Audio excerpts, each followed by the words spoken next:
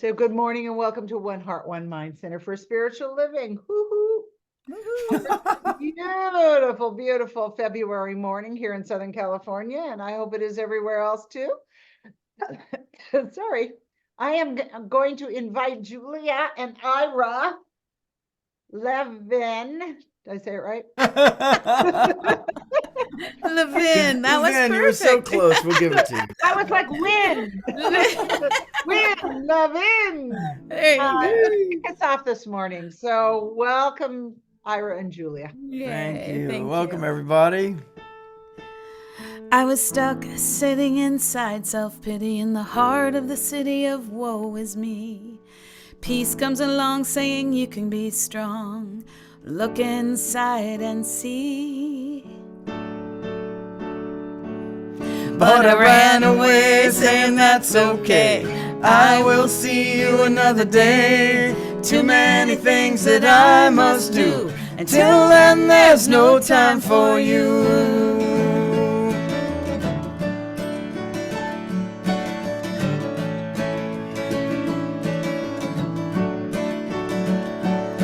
So I climbed a ladder and I scaled a wall, and I reached the top and I began to fall. I was losing power, I was losing steam, I was so unhappy, I'd lost my dreams. I was stuck sitting inside self-pity in the heart of the city of woe is me. Peace comes along saying you can be strong. Look inside and see. But I ran away saying that's okay. I will see you another day. Too many things that I must do. Until then there's no time for you.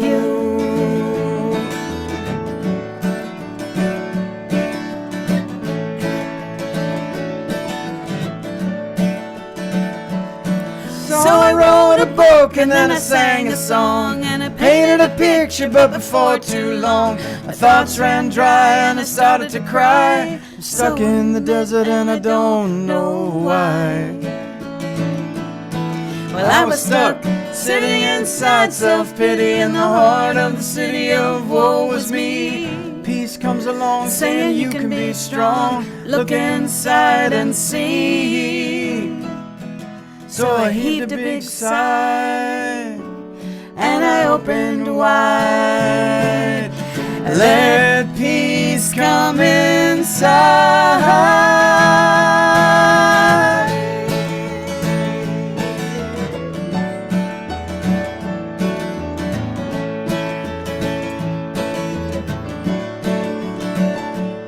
Well, all at once I was feeling strong.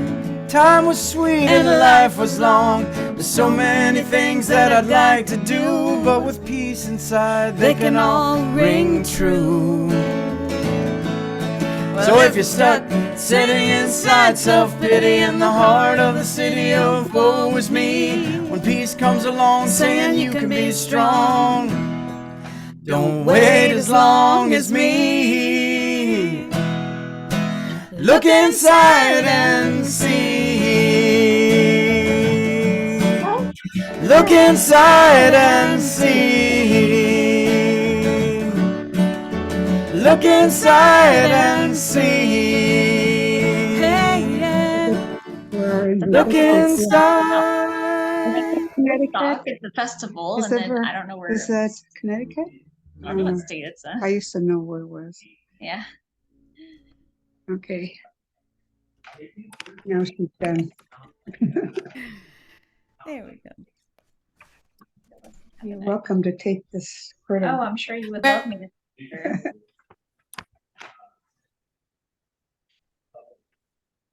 You're still muted, Reverend Michelle. Oh, well, that's silly. Renetta, if you could mute, that would be great. That's okay. Don't worry. It happens to the best of us. So I want to invite our practitioner of the day, Ralane Clarke, to do an opening prayer for us. Hi, and I know she's something to talk about too. All right, so why don't we just close our eyes, and I'm going to begin our invocation with a Louise Hay affirmative prayer. Deep at the center of my being, there is an infinite well of love. And I now allow this love to flow to the surface, and it fills my heart, my body, my mind, my consciousness, my very being, and radiates out from me in all directions and returns to me multiplied. The more love I use and give, the more I have to give. The supply is endless. The use of love makes me feel good. It is an expression of my inner joy. And so I just know that this flow of inner joy and love is within you as it is within me, as it is within the universe and all around us, with everyone on this entire planet, all of nature, all the wildlife, Mother Earth. Everyone is full of this flow of love and joy, and it radiates from within us. And I just truly know that this service is absolutely fantastic. It already is. It's just so wonderful with the music and each and every one of you that are here, and just our beautiful One Heart, One Mind community. I'm so grateful for us. And so I just know that today service is so great and so wonderful and so uplifting. And I just release it with gratitude in my heart into this flow of energy of God. And I simply say, and so it is. So I love Valentine's Day. And it's just such a wonderful opportunity for me to give love to all those that I care about. And, you know, Valentine's Day wasn't always about romantic love. And I think it's fine that it is, because that's important as well. I mean, I love my chocolates and flowers on Valentine's Day. But yet, what I really feel is true for me about Valentine's Day is it's about giving love to everyone. And I just really enjoy mailing Valentines.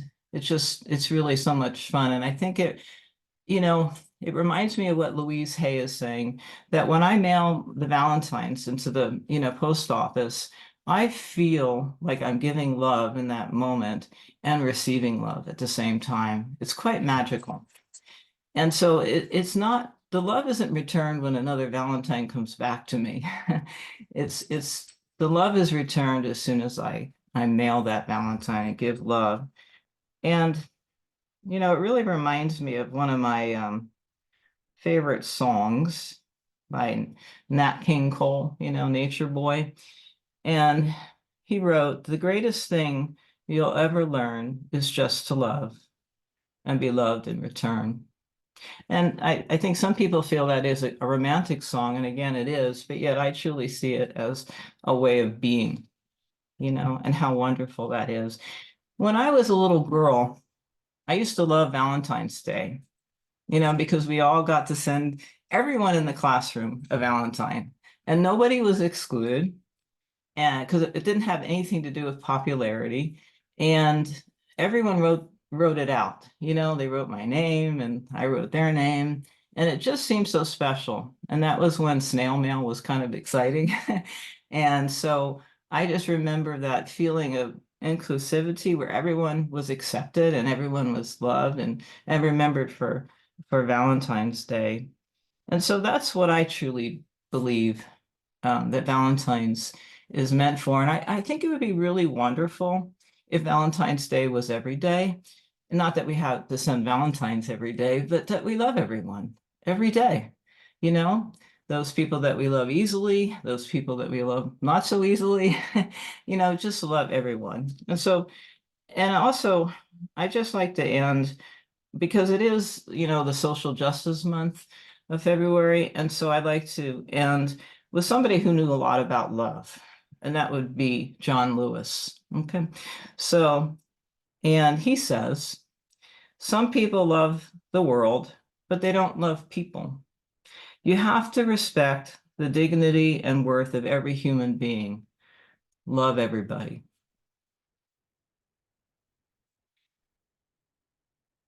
Happy Valentine's Day. Absolutely beautiful. Thank you, Ralane, so much. I really appreciate that. It was funny because usually I speak with the practitioners who are going to do the opening prayer and say a few words before, and I hadn't even thought of Valentine's Day. And Ralane said, "Hey, I'd really like to say something about Valentine's," and I was like, "Yeah, let's go for it." So I'm so grateful that you did. Thank you for that. Great reminder of the deeper meaning of the holiday of Valentine's Day. And so, again, I'm coming back to Ira and Julia to bring us some more music. Yeah. Well, Ralane, you just inspired us to switch gears a little bit here.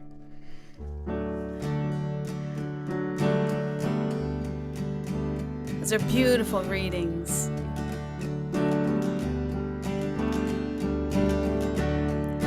Everyone is holy. Everyone needs love.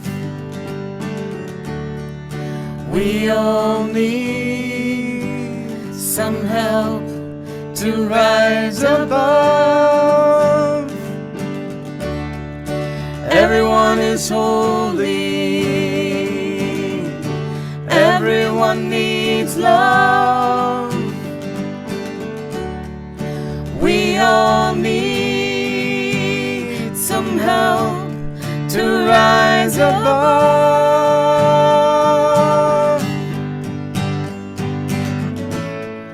When we love one another, it's holy. When we give love to each other, it's holy.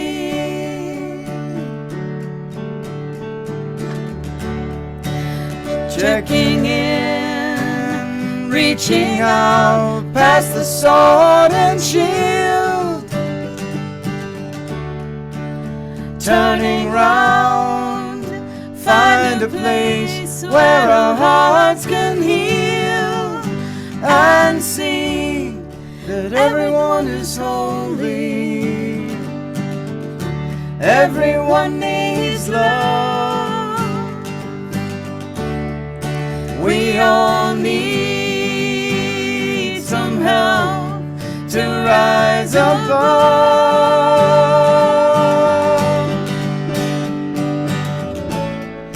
When we love one another, it's holy.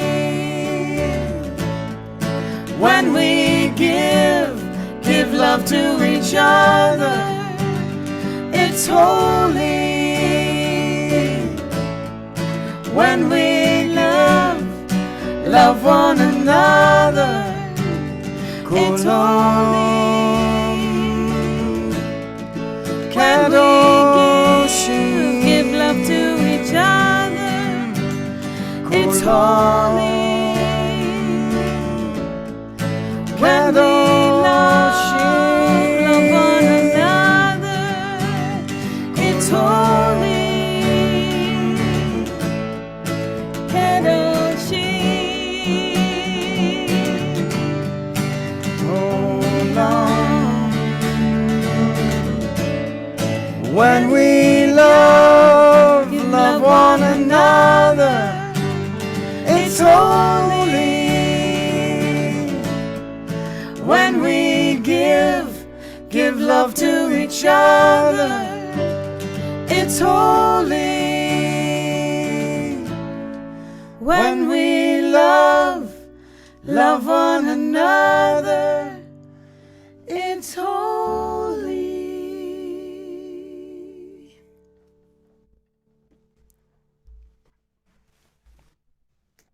Oh my gosh, that was beautiful. I mean, I love all your songs, but that was really lovely. Thank you. Thank you. Thank you for that. That just really touched me. And you know what I remembered after Ralane did her thing?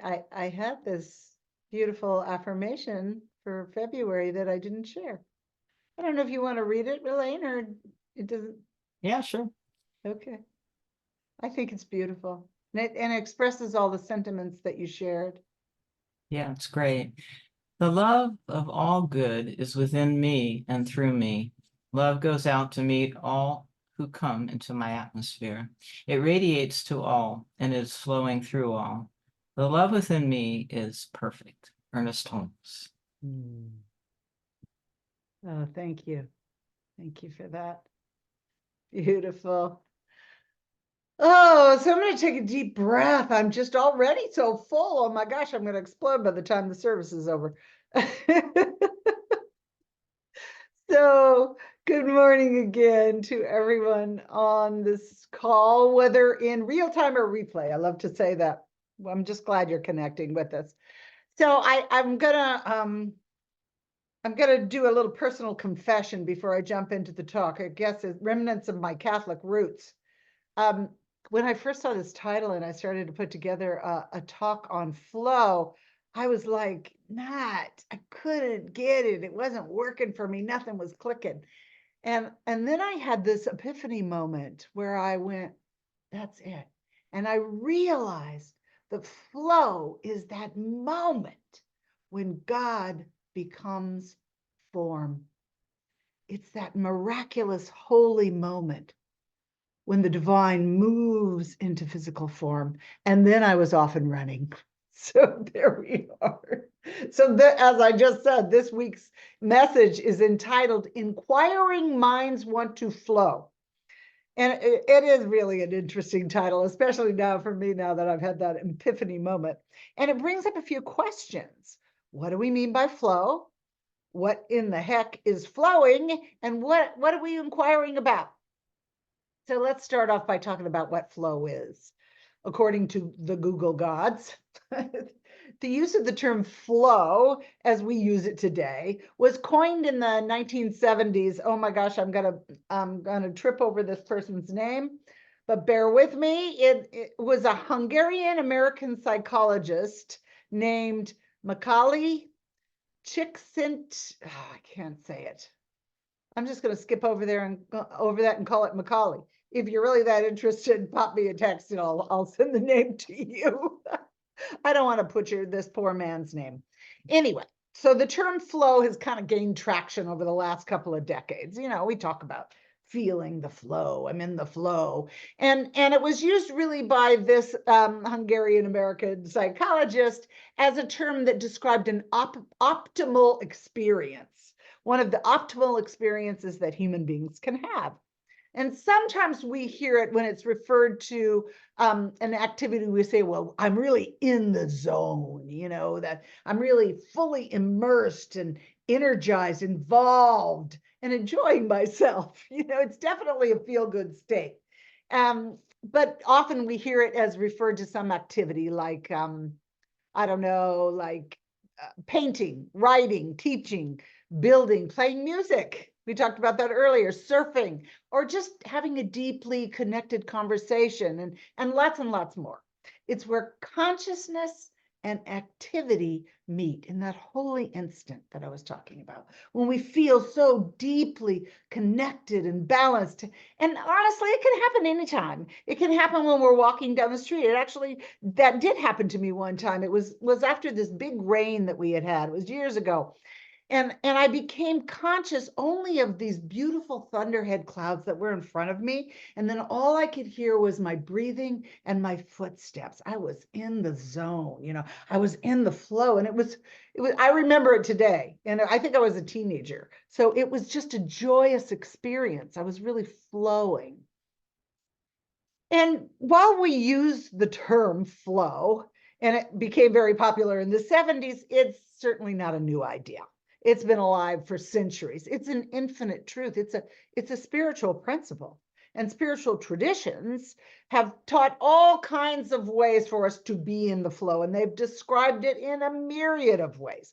You know, we've heard things like connecting to oneness, plugging into the universal life force, letting go and letting God, being in the now, achieving nirvana or enlightenment. And in Taoism, there's a principle called Wu Wei, or the watercourse way, that's about flowing like water, action through non-action and non-resistance. Ernest Holmes, our own Ernest Holmes, I have his quote, he wrote, "We are surrounded by, immersed in, there is a flowing through us of a creative something."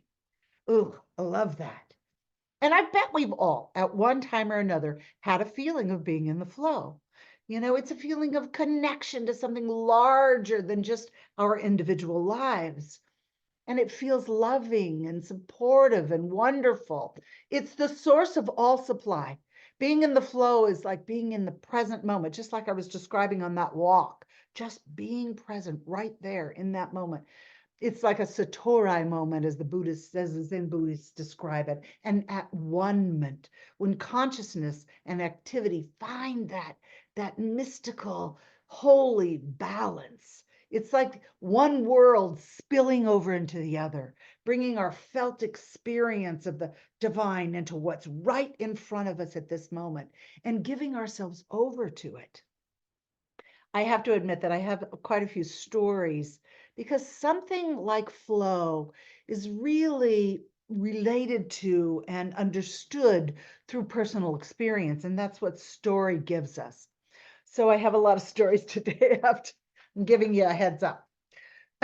So in his book, as far as the heart can see, Mark Nepo tells a story that I think describes this feeling and the sacredness of being in the flow. And for those of you who aren't familiar with Mark Nepo, he's a writer and a poet. He's wonderful. And the story goes, and I will read his words, but let me just start off by saying this, kind of giving my part. The story goes that after a large snowfall, this huge snowfall, wherever it was he lived, a young poet came to his door, and he was a younger version of himself. And then now I'm going to take off on Nepo's words.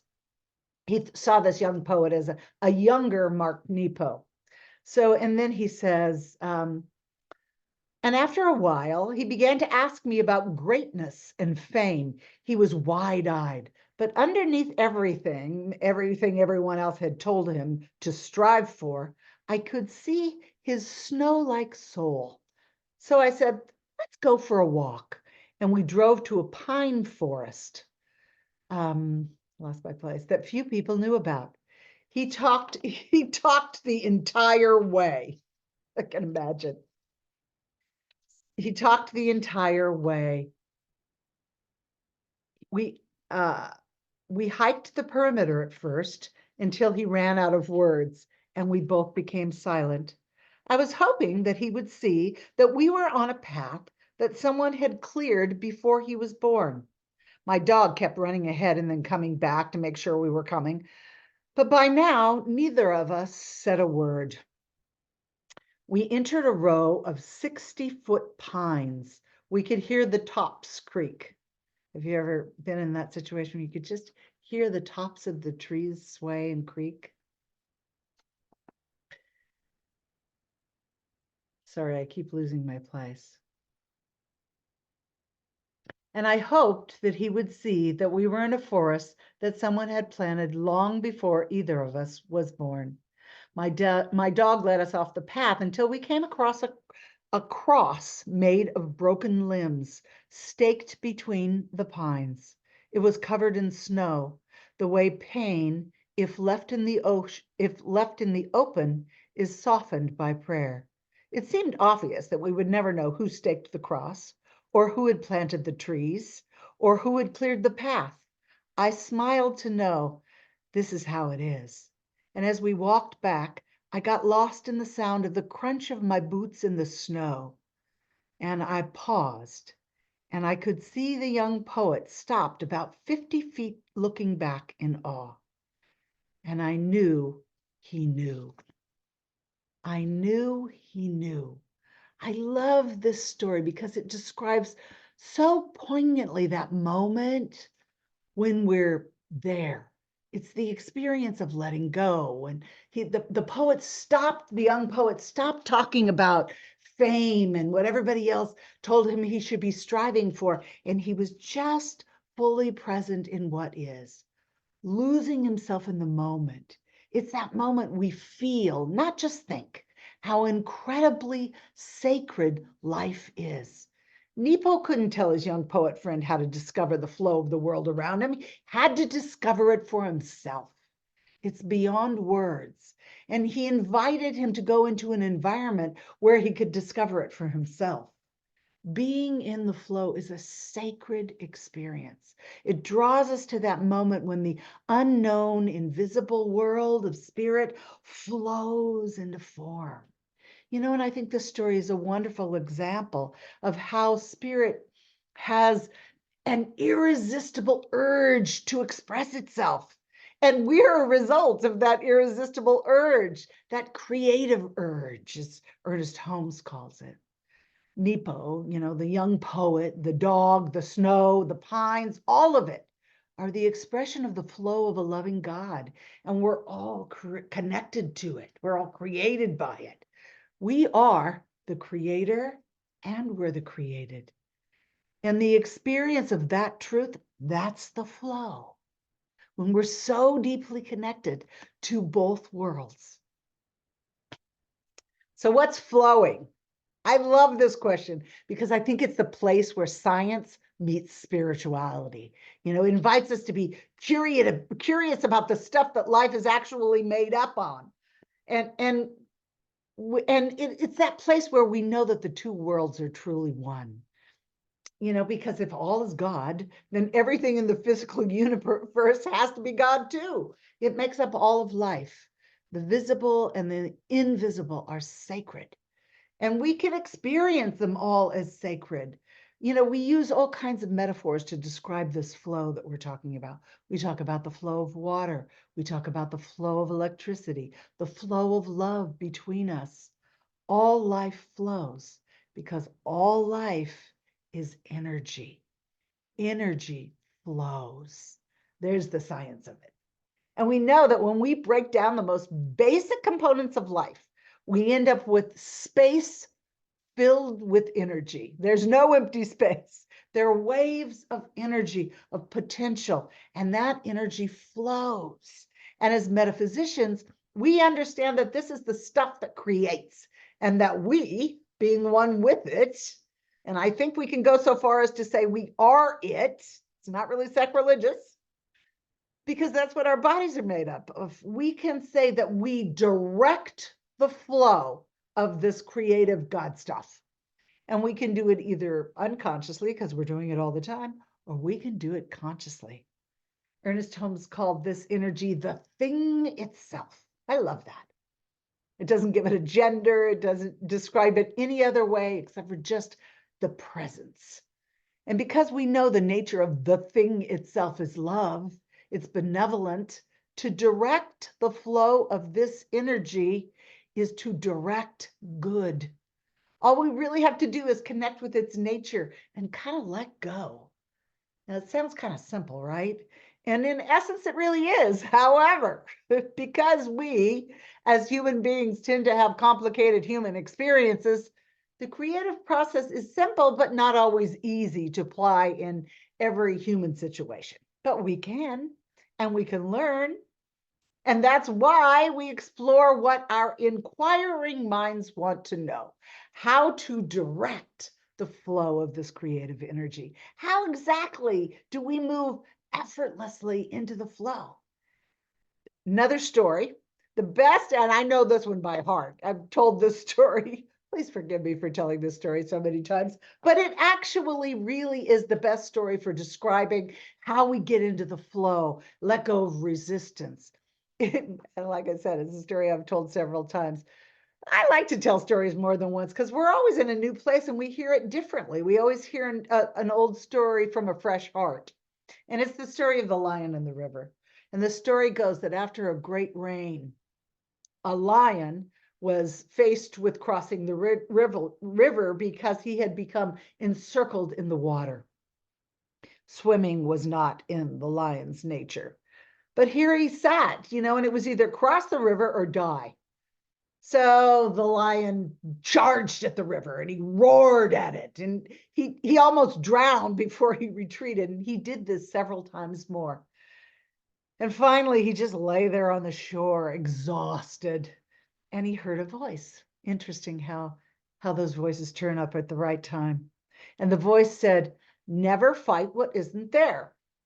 And he looked around inquisitively and said, "What isn't there?" And the voice responded, "Your enemy isn't here. Just as you are a lion, I am merely a river." So the lion sat very still, and he studied the nature of the river.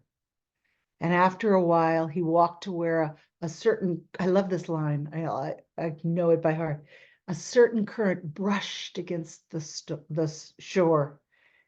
And he stepped in and he floated to the other side.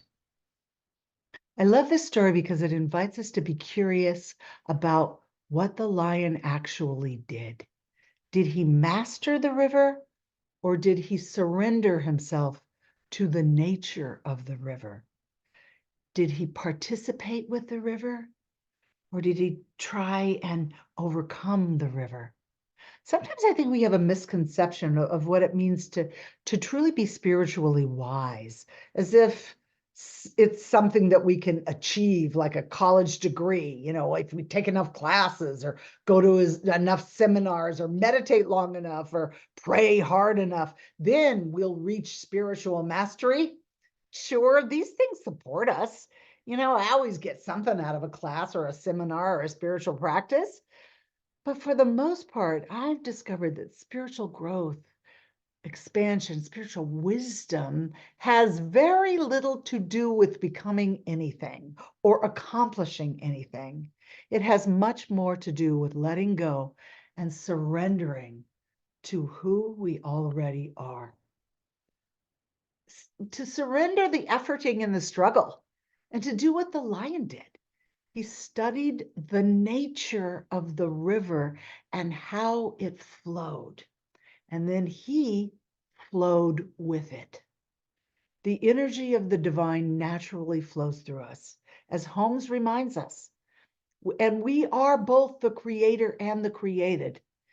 And while we may not always be consciously aware of the nature of the creator or the energy flowing through us, it is always there, always moving and always flowing through us. And we can relax. We can let go of what we think we have to do and just flow with it. Its nature is good. We can effortlessly kind of ride the current of how we want to feel. How do I want to feel? And that feeling tone is already within us. We connect with it, we surrender to it, and we go with the nature of God's energy. We let it flow through us. When I say the word surrender, and maybe you're like me,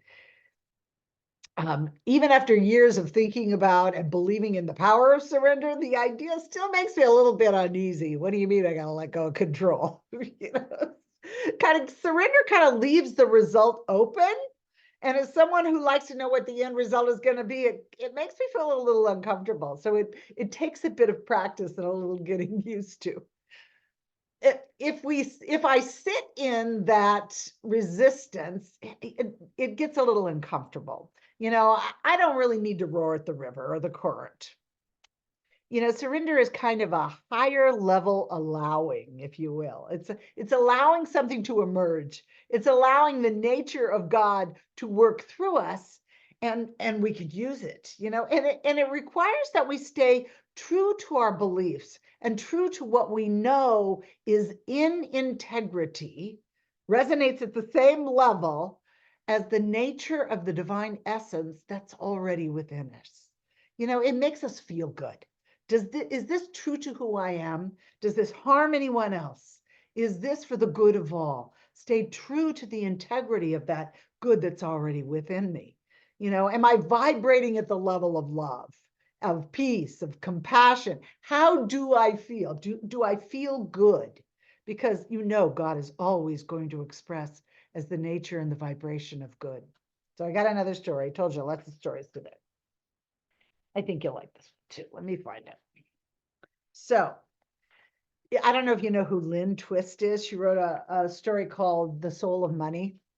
She's an author and a spiritual teacher. And for many years, she did fundraising for the Hunger Project, which is this large organization that their mission is to eradicate world hunger. So the story goes that she made an appointment with a CEO of a major corporation, and this corporation was in Chicago, and she was going to go and ask for a large donation. And she confesses that she felt like she had a good chance with this CEO because his company had an image problem. They were not well thought of. And she suspected that his large donation to the Hunger Project would be more of a public relations move more than anything else, more than really eradicating world hunger. So she arrives at this towering skyscraper building, and she goes up several floors in the elevator to this CEO's office. And she sits down and she gives her 15-minute presentation. And then the CEO slid a $50,000 check across the desk to her. And she suddenly realized it had been made out way before she'd even arrived. But she accepted the gift. But she says that she recalls in her story that as she was going down the elevator, she began to feel really uncomfortable. And she recognized that she was feeling guilty. So anyway, she caught her flight back to New York and she drove to another fundraising meeting that she had already scheduled with the, I think it was called the Harlem Neighborhood Association. And the setting, she says, couldn't have been more different from the CEO's office. It was held in an old church building and it was raining and the roof was leaking and they brought out all these buckets to catch the rain. And Lynn says that she was still wearing her silk dress that she had worn to her Chicago meeting with the CEO. And she said that she felt kind of pretentious and silly wearing this big fancy dress. And then she said she spoke to 75 people about world hunger. And then she made a request for donations. And she said the room suddenly went silent until an elderly woman stood up and she said, "Girl, my name's Gertrude, and I like what you said, and I like you. Now, I don't have a checkbook and I don't have any credit cards. To me, money is a lot like water. For some folks, it rushes through their lives like a raging river. Money comes through my life more like a trickle." I'm thinking we have to talk to Gertrude about that. Anyway, she said, "I want to pass it on in a way that does the most good for the most people. It's my right and my responsibility, and it's my joy." And she said, "I have $50 in my purse that I earned from doing WASH, and I want to give it to you." So Gertrude walked up and she gave Lynn the $50 in crumpled bills, and then she hugged her, and then others followed. You know, people brought out $1, $5, $10, laid them on the table. Lynn couldn't hold all the bills, so she opened her briefcase and people just dropped their bills into the briefcase. And Lynn said that it felt like a love offering. I love that. And here's the part I want to read because she puts it so perfectly. She wrote this: "Those moments with people streaming up to give their money had the feel of a ceremony. There was a sense of integrity and heart. The amount of money received, maybe $500 at most, was more precious to me than any I'd ever seen before. At the bottom of the briefcase, underneath all those bills, was the $50,000 check. I realized that Gertrude's $50 felt more valuable to me and ultimately would do more to end hunger than the check for an amount 1,000 times more." And then she goes on. "The money," it makes me tear up. "The money I received from Gertrude and the others in Harlem carried the energy of her commitment to make a difference, the stamp of her soul. And I accepted the money. I felt inspired by them and renewed by their expression of integrity and purpose. Gertrude's money had come from the soul and not from a bank account intended to ease guilt or buy admiration." And then Twist goes on to say that the next day she mailed the $50,000 check back to the CEO, thanking him and suggesting that he find an organization that he felt committed to. And then she writes that the follow-up came 6 years later after the CEO had retired. And he wrote Lynn a letter saying that he looked back on his career. The standout experience of his corporate life was when he received the $50,000 check back. And he wrote that now he truly wanted to make a difference for others, and he genuinely wanted to help in the area of world hunger. And he included his personal check. Every time I read this, I get God bumps, which was many times greater than the original corporate check that he gave her.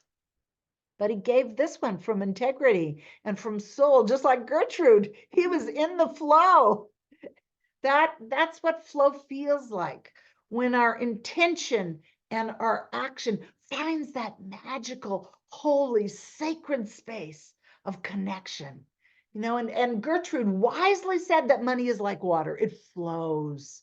The energy of everything flows like water. Love is like water. Compassion is like water. Service, time is like water. We can allow the quality of God that we want to experience, it's already within us, to flow through our lives. We can direct that energy.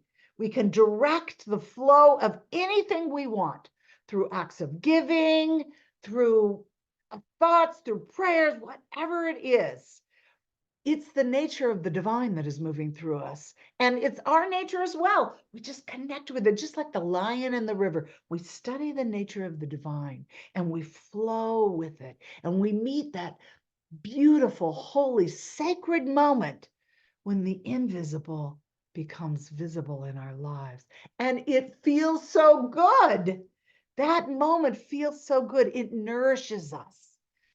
Because it's allowing the flow of the nature of our authentic self. It's God's nature, and it flows through us.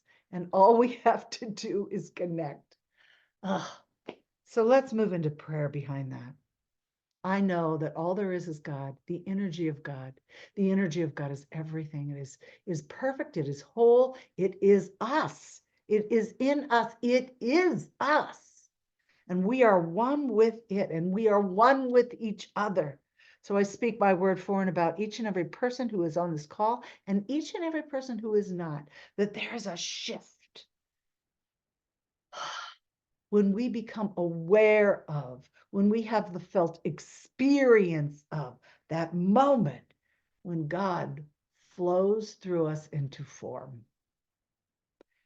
And I know for each and every one of us that we direct the flow of love. We direct the flow of the energy of peace. We direct the flow of the energy of abundance and prosperity. We direct the flow of compassion and goodness.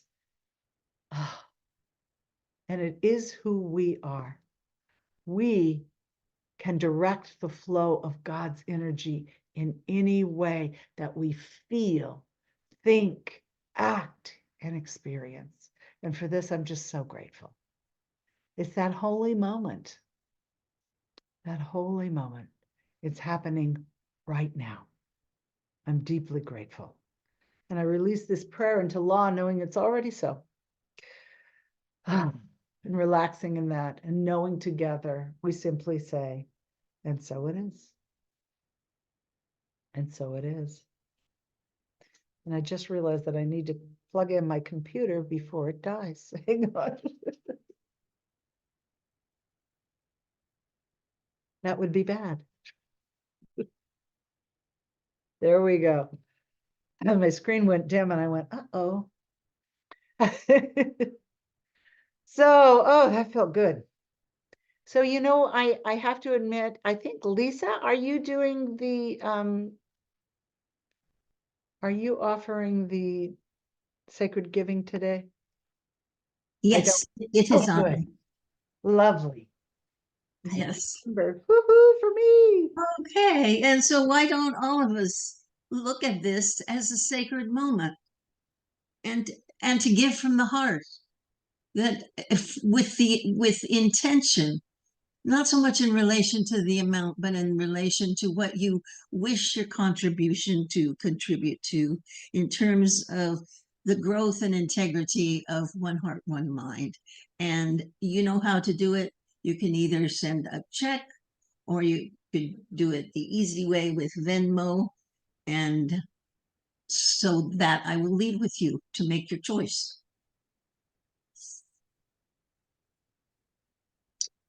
And so why don't we together say the sacred giving? Everything flows from the nature of God's good. We receive from this flow. We give from this flow. We give in gratitude and in love. We have faith in the infinite giving nature of spirit. And so it is. I think we also give with intention.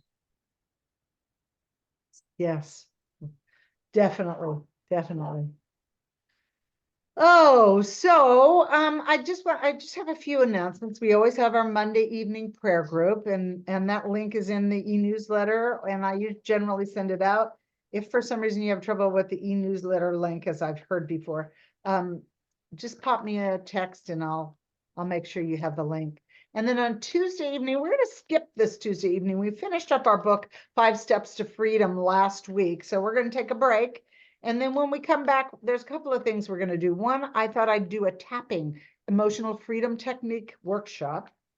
And then I found a wonderful series on abundance. It has 3 parts. Each episode is about 30 minutes. And I thought we could, rather than read yet another book, I think we need a break. We've been doing a lot of book reading over the last few years. I thought we could watch this wonderful, powerful series. It's by many different spiritual teachers. And there's some good stuff in there. And we could watch the episodes and then have a discussion about how this applies to our own lives and how we can bring it alive for ourselves in our own lives. And then again, I wanted to remind you, I'll put this in the e-newsletter as well, that on March 17th, we're going to have an in-person, we're going to pair up with Om Center for Spiritual Living in La Mesa, and we'll still be Zooming, we'll still be streaming if you're out of the geographical area. But if you would like to have an in-person experience, we'll be at Om Center in La Mesa. And Reverend Suzette Wehut will do half of the talk and I'll do the other half. And it should be a lot of fun. I'm looking forward to it. So that'll be on March 17th. Can't think of anything else. Always, we appreciate your donations, and don't forget about unexpected income. Prime that pump, keep it going, and always give in the flow. Always give in the flow. So I think what we'll do is come back to Elisa for the benediction, and then we'll have Ira and Julia do our closing song. Okay. Well, let us join together in that state of gratitude that I think we always feel after being together and being inspired by the words and the music that the service provides. And especially the words that Reverend Michelle shares with us, that I know ignites new growth in each and every one of us. And so I know that we are blessed and that we go forth from this service with a sense of knowing what flow is and how to engage with it and how to promote it for ourselves and keep ourselves in that high space of being one with spirit and knowing it. And so I release my word into the law by saying, and so it is. Thank you, Lisa. I really appreciate it. Yeah. All right, here comes the music. Woo, wonderful talk. This is a song that you will all know, and hopefully you'll sing along with us. I wanted to give a shout out to Ralane and Jim, who are clearly getting showered with love over there. I see this little tail coming up. Okay. It's absolutely adorable to see this, just, it's just very sweet. So here we go. Here's our Valentine song.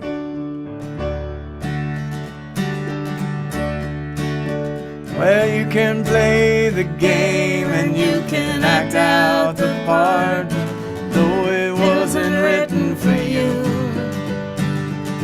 How you gonna stand there with your broken heart, ashamed of playing the fool? Oh, and you tell somebody the way that you feel doesn't take any sacrifice. Oh, father and mother, sister, brother, if it feels nice, don't think twice. Shower the people you love with love. Show them the way that you feel. Things are gonna be much better if you only will.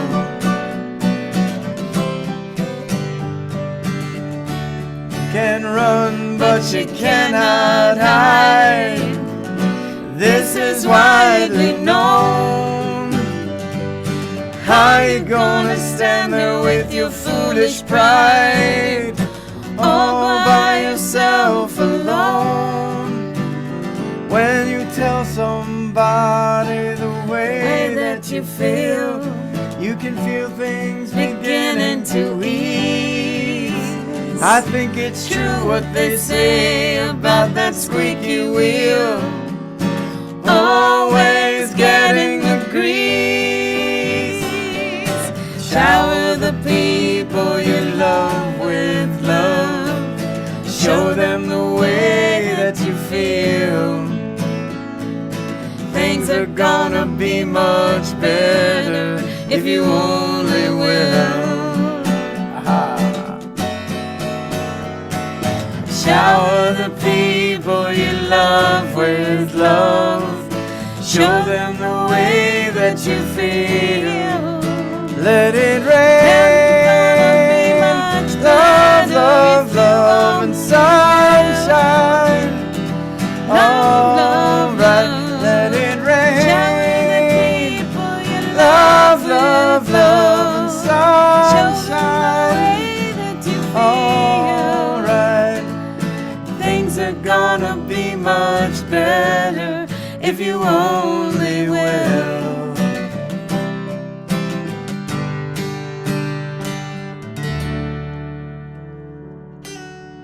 Ah, one of my all-time favorites.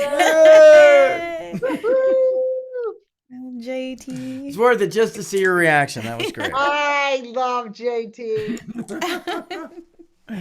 JT. All right. Every time I'm thrown right back into my teenagehood or my young adulthood. All right, I'm going to say thank you for coming, and I'm going to stop the recording and the live stream. Thank you for coming. Thank you for coming.